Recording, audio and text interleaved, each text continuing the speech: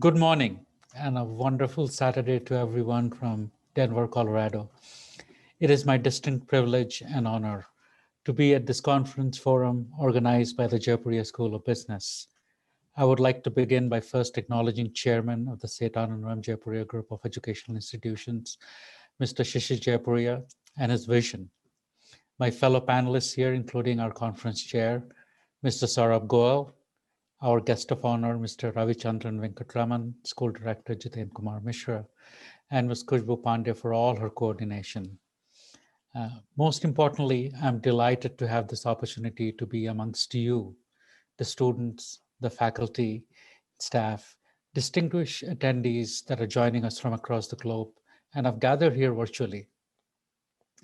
This morning, you've heard some profound thoughts from our speakers as they addressed various facets of this theme around reimagining business, reskilling workforce for emerging digital ecosystem.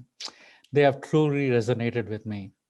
To add my reflections to this topic is not only timely, but the topic is also incredibly relevant as the world negotiates its emergence from this devastating impacts of the COVID pandemic.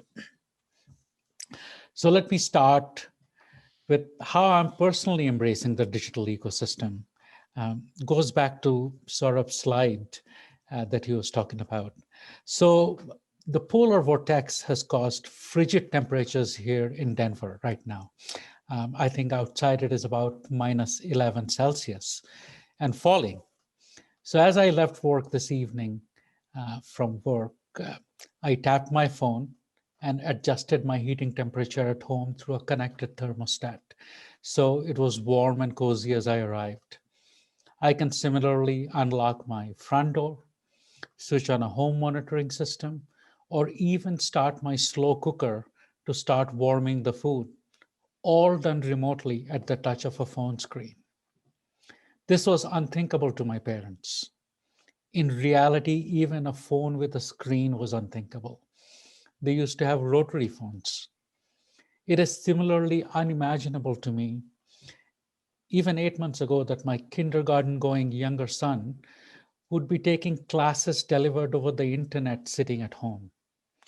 Not only seeing them do class assignment, but at times it is actually hilarious to see Devin and Dylan do their yoga and exercise with a wireless headset looking at a screen. This is our new world. This is the new ecosystem. Thinking about the digital ecosystem, an analogy that resonates here for me is of the Japanese, keiretsu, which was literally a system and grouping of enterprises and an order of succession for a set of companies with interlocking business relationships and shareholdings. The prototypical keiretsu, it emerged following the economic resurgence after World War II and the collapse of family-controlled vertical monopolies. They used to call them the jaibatsu. This digital ecosystem is similar. It has disrupted the monolithic chains that we were used to. We are transitioning from this age of information to an age of collaboration. The world of work is adapting again. The exponential growth of technology has given us so much information that data virtually guides every business decision in modern times. Not to mention, it is also causing disruption to existing structures. The assets of the industrial age, which founded the modern society that we are in, the employees, the physical infrastructure, are almost now seen as liabilities. It's primarily because they inhibit an organization from being agile and to pivot as the market shifts. Like tools to an architect or ingredients to a chef, the most important vectors here for the digital ecosystem recipe is we must navigate with data. And this data we will have to process with efficiency. Understandably, there is friction between the emerging technology, which helps companies work more efficiently, and people's concerns about the future of their jobs. The World Economic Forum, in its report, estimated recently about 75 million jobs may be disrupted by machines, and AI-driven automation in the next few years. The same World Economic Forum report also found that the division of labor between humans, machines, and algorithms, while disrupting jobs, is actually set to create about 133 million new roles. In fact, by next year, today's new emerging occupations are set to grow almost about 27% of the employee base of large global firms. The reality is that AI is more likely to improve than impede your working life. The digital ecosystem has been evolving in recent times, for sure, but the increasingly volatile, uncertain, complex, and ambiguous, or VUCA as they call it, environment, got further disrupted due to the pandemic. So truly, the emerging digital ecosystem is one that has accelerated the rate of these complexities to dizzy proportions and impacted even hitherto lesser touched sectors or segments. Case in point, education. So technology impacts almost every aspect of our life today. Education is no exception. Until a year ago, for most learners, education seemed much the same as it has been for many centuries. The lecture was delivered by a teacher from a podium at the front of the room. Students sat in rows, listened with physical books in front of them. Classrooms still a year ago, and even now, places do not look much different, though you might find modern students looking at their laptops, tablets, or smartphones instead of books.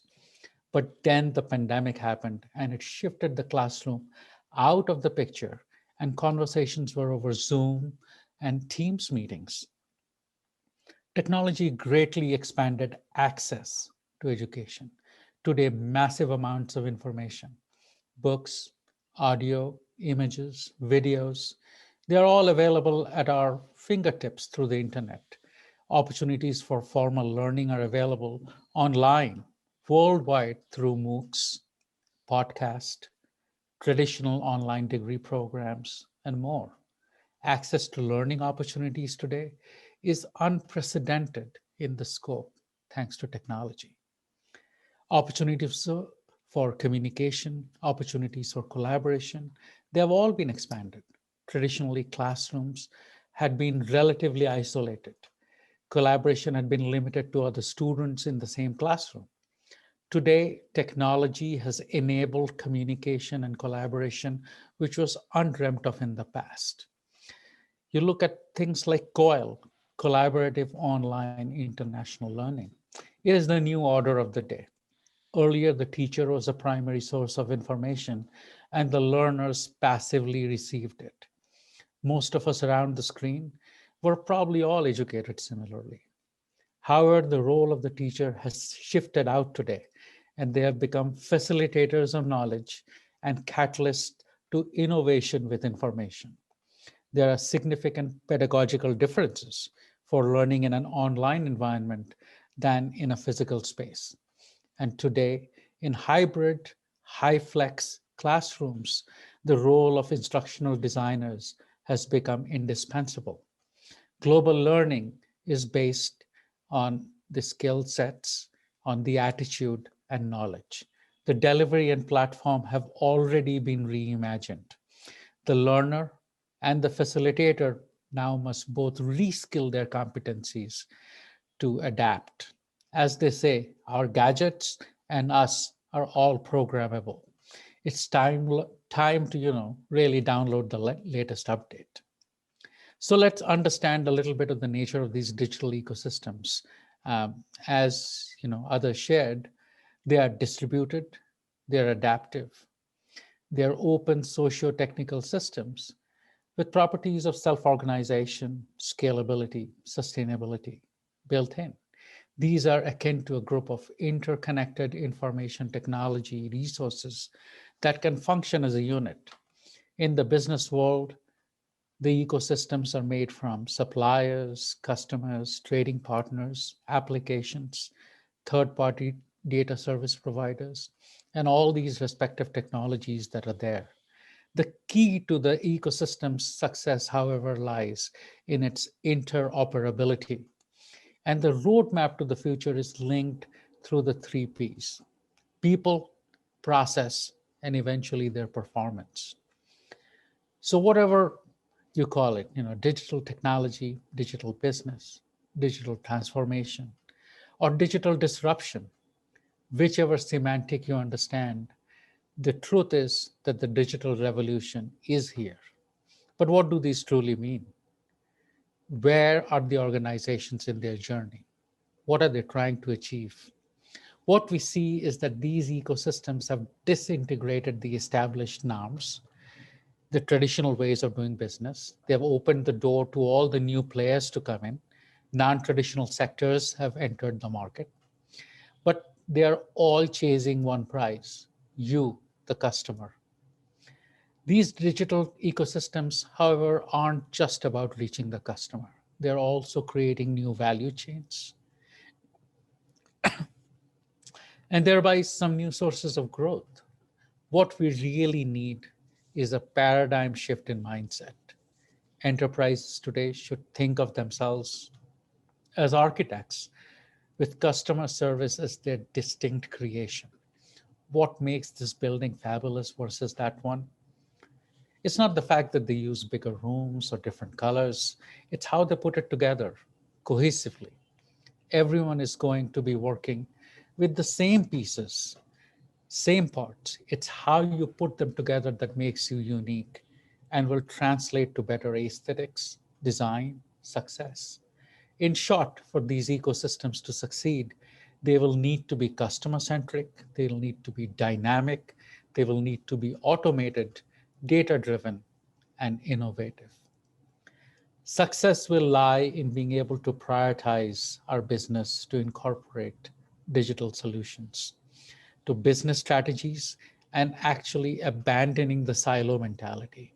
Enterprises need to be sure footed about their transformation goal, data driven, evidence based decisions so that they're not misguided to meet expectations. They're also cognizant that the transformation is an ongoing process. It requires continuous improvement, continuous adjustments, and then data driven logic. However, to embrace this change and be ready to ride this train, we need to take some deliberate steps by future proofing the skills. Today's employees are more excited than fearful about technology. That said, they also want assurance from the employers in the form of on the job training. How can they adapt to new roles?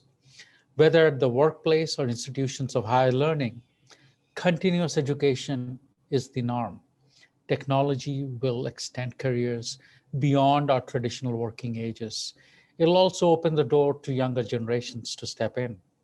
It reinforces the importance of a broader, coordinated approach between industry, academia, and the employees to tackle the future challenges and opportunities of this new skills landscape. What And while it is significant, the solution is not also to rely solely on formal training processes and procedures. We also need to embrace collaboration. We need to bring in workers of different skill sets, enable learning to be more organic. Cross-disciplinary training can prove to be a great way to develop skills, share expertise, but also create an open, inclusive culture. So digital transformation headlines, typically acknowledge artificial intelligence, Internet of Things, edge computing, blockchains, the cloud. That said, digital leaders, enterprises know that technologies are just enablers. They are vehicles for moving the organization forward. The strategy around the technology being implemented is what is most critical, particularly around two key pivotal points: people and culture. That is the DNA of the organization. Shifting the mindsets and creating new ways of working will define successful, sustainable transformation initiatives. It can in turn only be accomplished by establishing a culture that embraces change and agility, like others have spoken. So, human centered design, design thinking, infusing innovation culture, performance-based, mixed media modeling, data integration of personalization, UX, UI, all these similar cutting-edge systems logic are all the transformations that can improve processes, cut costs, improve productivity, integrate supply chain partners, but actually differentiate between their offerings. To navigate these changes, a strong inclusion and diversity strategy, higher education partnerships, you know, training with digital tools, say coding boot camps, training development programs. I mean, they will alleviate some pain, but they're only part of the solution. We cannot underestimate the cultural implications of this transformation, which will be crucial to building an operating model and build resilience. Uh, the digital leadership is based upon questions of optimizing value from emerging technologies, to reshape our cultural mindsets, and to drive what is not digital. This requires generational agility and collaborative success. As people have spoken here, the coronavirus pandemic has undoubtedly made the question more urgent. Workers across industries must figure out how can they adapt to these rapidly changing conditions. Companies have to learn how to match those workers with new roles and activities.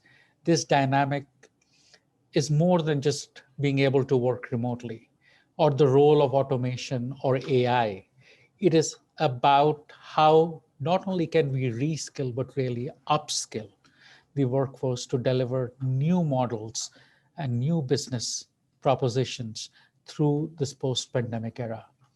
So reskilling the processes and agendas must include cognitive, emotional, and adaptability skills.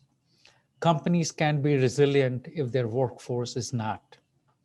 Building that reskilling muscle now is the first step to ensuring an organization's recovery business model to be successful.